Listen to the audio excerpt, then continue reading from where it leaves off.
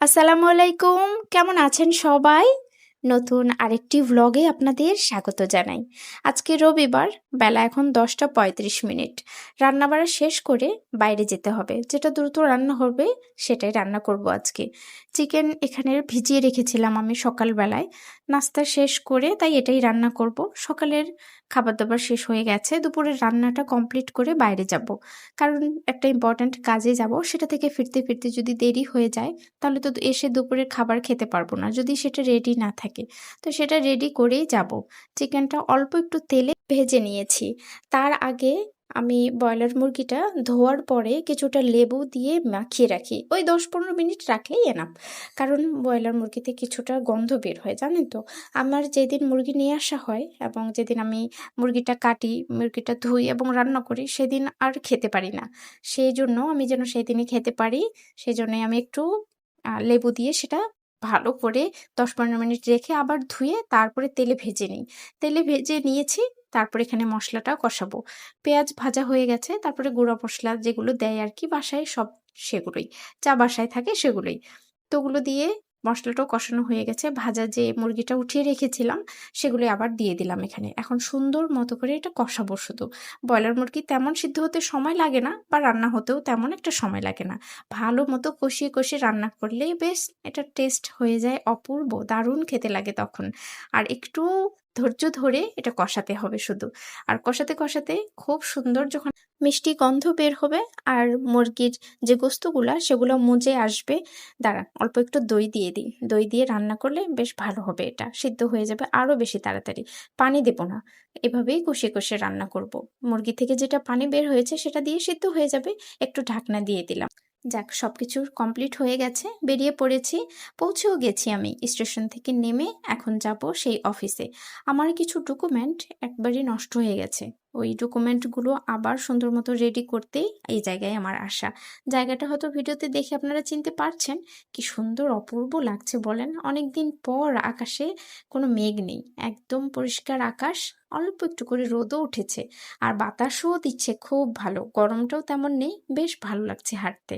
তো সেই ডকুমেন্টগুলোর জন্যই আজকে এখানে আসা আমার। দেখি কতটুক হয়। না, ডকুমেন্টের কাজ আজকে আর হলো না, তাই ফিরছি বাসার দিকেই। বাসায় আর যাব না, যাব মিরপুর 1 নম্বরে। আমি বিএসসিতে ভর্তি হওয়ার জন্য অ্যাপ্লাই করতে হবে। আমার বেশি দিন সময়ও নেই, 30 তারিখে লাস্ট ডেট। আবার মেট্রো থেকে নেমে রিক্সা নিয়ে নিয়েছি, রিক্সায় উঠে যাব মিরপুর 1 নম্বরে, সেখান থেকেই অ্যাপ্লাইটা করব। আরও কিছু কাজ আছে, অ্যাপ্লাই কমপ্লিট হয়ে গেছে। সেই ফাঁকে ফাঁকে এসেছি একটু টপ টেনে, ওই যে মিরপুর নিউ মার্কেট যেটা, সেটাই। তো সেখানে আসে একটু জুতার কালেকশন দেখছি। এখান থেকে আমি প্রতিবারই জুতা কিনি, এখানকার জুতার কোয়ালিটি অনেক ভালো হয়। আবার কিছু কিছু জুতার কোয়ালিটি আসলে ভালোও থাকে না, যেগুলো অনেক দিন আগে এখানে সংরক্ষণ করা থাকে, সেগুলো একটু দেখে বেছে কিনতে হবে। তো আমি এখান থেকে জুতা নিতে এসেছি, কিন্তু তেমন একটা পছন্দ হচ্ছে না। রাফিউসের জন্য জুতা কিনবো, কারণ আগের মডেলগুলোই দেখছি বেশিরভাগ। কিছু কিছু এসেছে নতুন মডেল, যেগুলো তেমন একটা পছন্দ হচ্ছে না। তো এই জুতাটা একটু পছন্দ হয়েছে, কিন্তু এটা একবারে তেমন একটা পছন্দ হচ্ছে না যে একবারে দেখাই পছন্দ হয়ে গেল সেটা নিয়ে নেব। দাঁড়ান আর একটু দেখি। এই যে এই জুতোটা দেখেছেন, এটা কিছুটা ভালো লাগছে, কিন্তু এটা প্রাইসটা অনেক হাই। টপ টেনে আসলে প্রত্যেকটা জিনিসের প্রাইস বাইরের তুলনায় অনেকটাই বেশি থাকে, এবং ইউনিক জিনিসপত্রও আপনি সেখানে পেয়ে যাবেন। যেহেতু ওনারা সব সময় ইউনিক কালেকশন রাখেন, সেক্ষেত্রে ওনারা দামটাও সেভাবে রাখেন। এই জুতোটার দাম ছিল প্রায় 2500 টাকা। যদি কারো মেম্বারশিপ থাকে সেই ক্ষেত্রে হয়তো 2300 সামথিং কিছু আসবে। কিন্তু জুতোটা পরে আমার এত বেশি আরাম ফিল হচ্ছে, পাটা এত বেশি কমফোর্ট ফিল হচ্ছে, রাফিউসের জন্য অনেক বেশি ভালো। একটু দামটা হাই, কিন্তু আমি খুবই আরাম পাচ্ছি এই জুতোটা পরে। তো এই জুতোটা দেখি, এটা একটু চয়েসের মধ্যে রাখি। আরও একটু দেখি, আরও যদি কিছু পছন্দ হয় তাহলে, বা রিজনেবল প্রাইজের মধ্যে যদি পছন্দ হয় তাহলে সেগুলো নিয়ে নেব। তো এটা চয়েসের মধ্যে রেখে দিয়েছি। এখন একটু কাপড় চোপড় দেখছি। টপ টেন থেকে আসলে কাপড় চোপড় কেনাটা খুবই হাই রিস্কের মধ্যে হয়ে যায়। সেটা হচ্ছে দামের দিক থেকে তেমন কিছু না, শুধু দামের দিক থেকেই দামটা অনেক বেশি হয়। আমাদের মধ্যবিত্তদের জন্য তো আসলে হাই হয়ে যায়। দাঁড়ান, ওই পাশে কয়েকটা প্যান্টের কালেকশন দেখেছি। এই যে দেখেছেন, প্যান্টগুলোর নিচে কিছুটা হাতের কাজ করা আছে, সম্ভবত হাতের কাজই হবে এটা, কিন্তু খুব সুন্দর লাগছিল। আমার সাইজে অনেকটাই বড়। এদিকটায় সব কসমেটিক আইটেমের মধ্যে এটা একটা পারফিউম আমি তেমন ইউজ করি না, কিন্তু দেখলাম কেমন সেটা।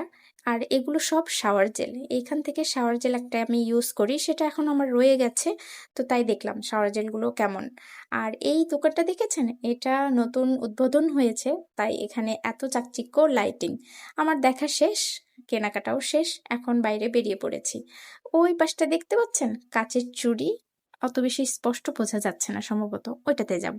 পৌঁছে গেছি, এটার ভিতরে চলে এসেছি। এখানে চুড়িগুলো এত সুন্দর আর এত কালারফুল।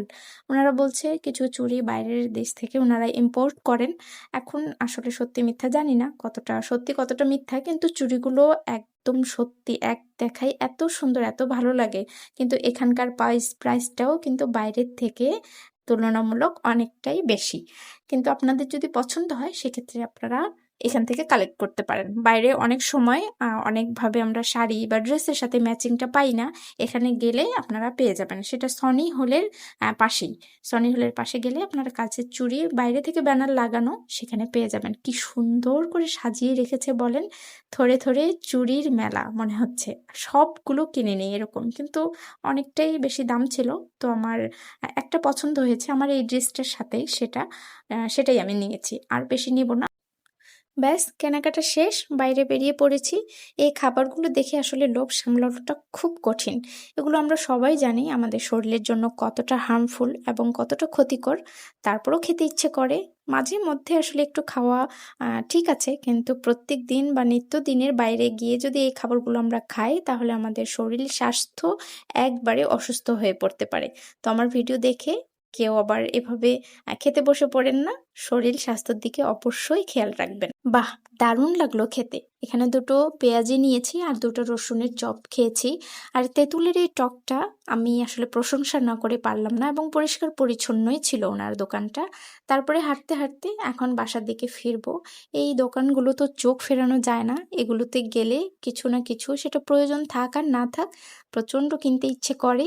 দাঁড়ান, ওই মাদুরটা দেখছেন, ওই যে গোল মতো, ওইটা দেখি ওটার প্রাইস কীরকম। আমার একটা লাগবে, আমার ইন্ডাকশন চুলাটা যে কাজটা থাকে উপরে, সেটা ঢেকে রাখলে একটু সেফ থাকে, এজন্যই কিনবো। কি দারুণ লাগছে বলেন প্রত্যেকটা, কালোটাও বেশ সুন্দর লাগছে।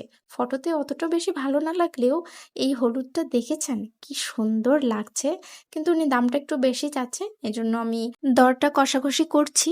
যদি রিজনেবল প্রাইজে উনি দেন, তাহলে আমি নিয়ে নেব। চলুন আরও সামনে এগিয়ে যাই। কত বড় বড় করে সাজিয়ে রেখেছে দেখেন, বড় ছোট দোকান সবগুলোতেই হ্যান্ডিক্রাফটের জিনিসপত্র দিয়ে সাজানো গোছানো, বেশ সুন্দর লাগছে। কিন্তু রাত হয়ে গেছে, রাতের বেলায় এগুলোর সৌন্দর্য বেড়ে যায় আরও দ্বিগুণ। এপাশে মাটির বাসনপত্র, হাঁড়ি পাতিল সবকিছুই গোছানো। আমি যখন কাচের চুড়ির ওই দোকানটাতে গেলাম, তখন আসলে কিনবো কি কিনবো না এটা কনফিউশনেই আমি ছিলাম, কিন্তু ওখানে চুড়িটা পছন্দ হয়ে যাওয়ায় আমি কিনে নিয়েছি। কিন্তু এখন মনে হচ্ছে চুড়িটার দামটা একটু বেশি নিয়ে নিয়েছে, কিন্তু কিছু করার নেই, পছন্দের জিনিস, একটু দাম টাকা পয়সা এদিক ওদিক কত কিছুই তো চলে যায়। কিছু পছন্দের জিনিস, কিছু শখের জিনিস একটু না হয় বেশি দিয়েই কিনলাম। এই পাশে দেখছেন এই জিনিসগুলো কি সুন্দর লাগছে বলেন, প্রত্যেকটা জিনিস এক একটা জিনিসের থেকে এক একটা অপূর্ব সুন্দর লাগে। আর যতবারই এই দোকানগুলোতে যাওয়া হয়, ততবারই কিছু না কিছু তো কেনা হবেই, সেটা প্রয়োজন থাক আর না থাক। মেয়ে মানুষ আমরা যখন যেখানে যাই, এই ফুলগুলো কি সুন্দর লাগছে বলেন, যেখানেই যাব সেখান থেকে কিছু না কিছু কিনে আনতে হবেই আমাদের। এই পার্সটা একটু সফট পার্স ছিল, কিন্তু আমি দামটা আর জিজ্ঞাসা করলাম না যেটা কেমন, কারণ আমার প্রয়োজন নেই, একটু ভালো লাগলো তাই দেখলাম, এই আর কি। খুব সুন্দর লাগছে, কিন্তু ভীষণ ভালো লাগে এই দোকানগুলো দেখতে, আমার এত বেশি ভালো লাগে। আর প্রত্যেকটা জিনিস কি সুন্দর করে সাজানো, ডোরবেল। চলুন তাহলে আজকের ভিডিওটা এখানে শেষ করছি। আজকের ভিডিওটা কেমন লাগলো তা অবশ্যই কমেন্টে জানাবেন। ততক্ষণ পর্যন্ত সবাই সাবধানে থাকবেন, ভালো থাকবেন এবং সুস্থ থাকবেন। দেখা হবে খুব শীঘ্রই নতুন অন্য কোনো ব্লগে।